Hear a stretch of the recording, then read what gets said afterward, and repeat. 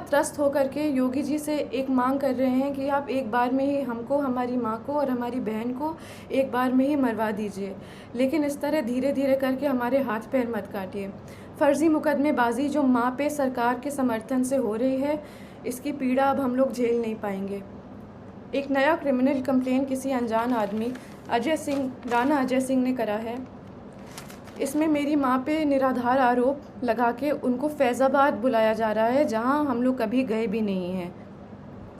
हज़रतगंज थाने में भी फ़र्ज़ी एफआईआर और मुकदमे चल रहे हैं। डीसीपी कहते हैं कि उन्हें जानकारी नहीं है और एसएचओ कहते हैं कि ऊपर का मामला है और हमारे पास वॉइस रिकॉर्डिंग है, क्योंकि हम बिना प्रमाण के बात नहीं करते।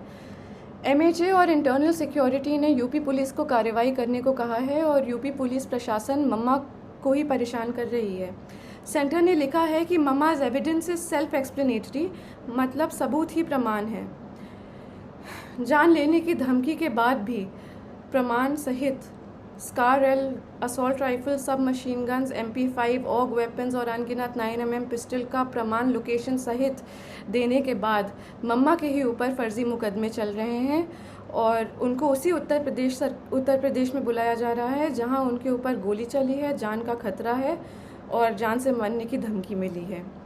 ये सब योगी जी के सरकार और संरक्षण में हो रहा है और क्षत्रिय धर्म हमें ये नहीं सिखाता।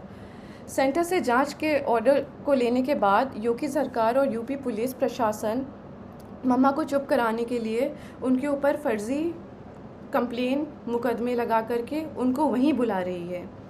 ये लोग मम्मा को बहुत आराम से मार देंगे और पोस्टमार्टम का रिपोर्ट कंट्रोल कर लेंगे, उनको पागल घोषित कर देंगे और ज़िंदगी भर हम और हमारी बहन सड़क पे उनके लिए जस्टिस मांगते रह जाएंगे।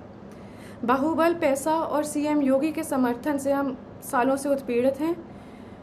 डोमेस्टिक वायलेंस में मम्मा के रिब्स तोड़कर लंग्स में खून चला गया था। हॉस्पिटल की रिपोर्ट बदलवा दी गई थी, एंट्री नहीं कराई थी हॉस्पिटल में।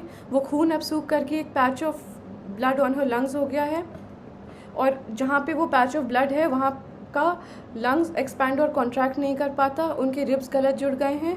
एम्स दिल्ली की रिपोर्ट भी है और ये permanent damage to irreplaceable organs है।